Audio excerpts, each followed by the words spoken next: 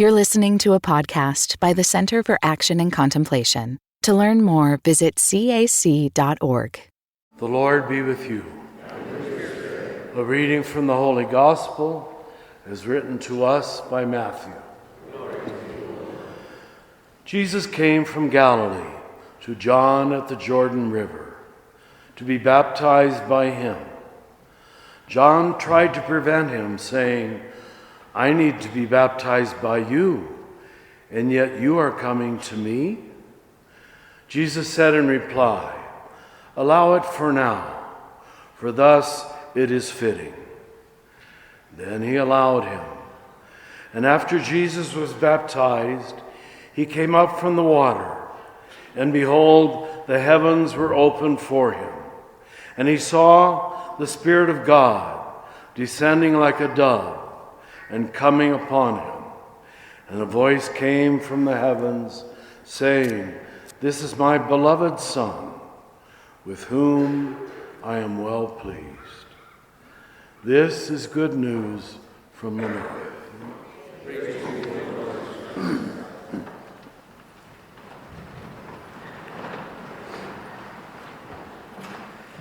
In one form or another, most of the world religions speak of two births.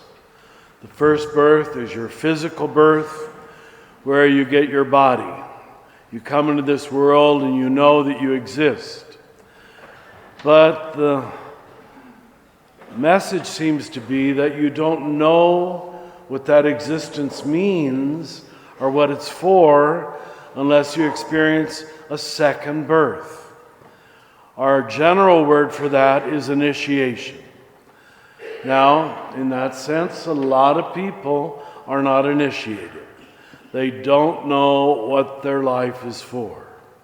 They think it's just to have children or to make money or to have a better house or any of the usual things. Now we have Jesus at the age of 13, when usually a Jewish boy was initiated in the Jewish community. It's still called the bar mitzvah. He comes to the temple hoping that the elders will initiate him and tell him what his life is really about.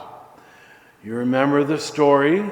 He comes and he turns the tables, or he's disappointed, maybe you might say, that the elders have nothing to tell him. They aren't elders. They aren't wise men. So here, some years later, around 30, he has to go out and initiate himself. That's the meaning of going into the wilderness for these many days. We'd put it, to find out who he is. What does this mean? It's neat to know that even Jesus had to go on a journey, had to make discoveries. It wasn't given all in one package right at the beginning. So he's been in the desert for 40 days, and then the message comes quite simple form. "You're my beloved Son, and I am pleased with you." Now, I guess that is exciting, but actually, for most of us it isn't, because we have to hear the same thing. And until you hear the same thing, "You are my beloved daughter. You are my beloved son. I'm pleased with you," you're not initiated. Now, that can happen in many ways. Usually it's in a period of deep love or deep suffering, where suddenly the heart and the mind are led to a much deeper level. And you say, "What is this all about? Why do I exist?" And it is revealed to you. Now, it's this story that creates the image of the Holy Spirit as a dove. Now, the Holy Spirit is not really a dove or a bird, but for invisible things, we need visible symbols. And so this one has remained to this day. The descending of the dove is the descent of the Holy Spirit. So I guess you're probably all thinking, well, what do I have to do to get initiated? We did the same thing in the Catholic Church that the Jewish people did. They pushed the first birth ritual back to 8 days after birth, or approximately. They called it circumcision. We call it baptism, imitating this event here. But the trouble is, of course, we're not conscious when we're 8 days old or a little child. And that's the drawback of our form of initiation. It was done unto us, but we did not seek it, understand it, desire it, need it, let it change us. And so in many ways, we have to do the same thing as Jesus did. Our native people, some of the tribes, called it to go on a vision quest. Many young men do this. They go alone in nature for an extended time. And I want to point out, it's almost always done in nature. It's not done in a church building, even though we're going to send our RCIA people in a few minutes. It very often happens when you're alone, when you're in the natural world, and when you know there's a world much bigger than you are. You have to be struck by awe. You have to be struck by wonder. You have to be struck by your own littleness. Now, for years, we gave these initiation rites as best humans can do it up at Ghost Ranch. I started in 1996. We started with 150 men because it was only for men. And you're all saying, well, that's not fair. Well, here's the reason.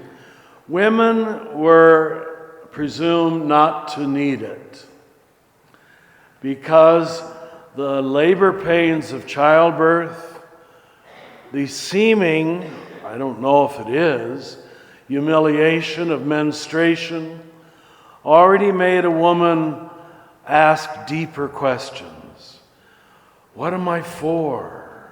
What does life mean?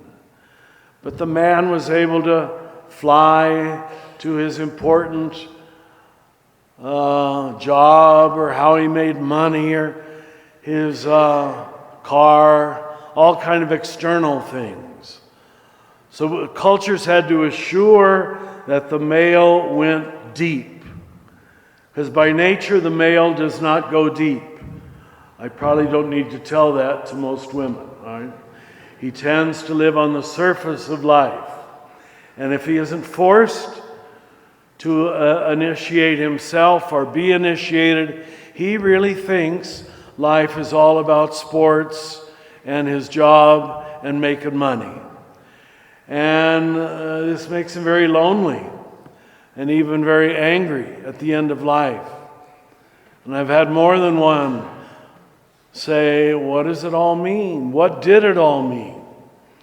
Just so you don't think you women are off the hook, in our present capitalistic, materialistic culture, I'm afraid young women need initiation just as much as young men.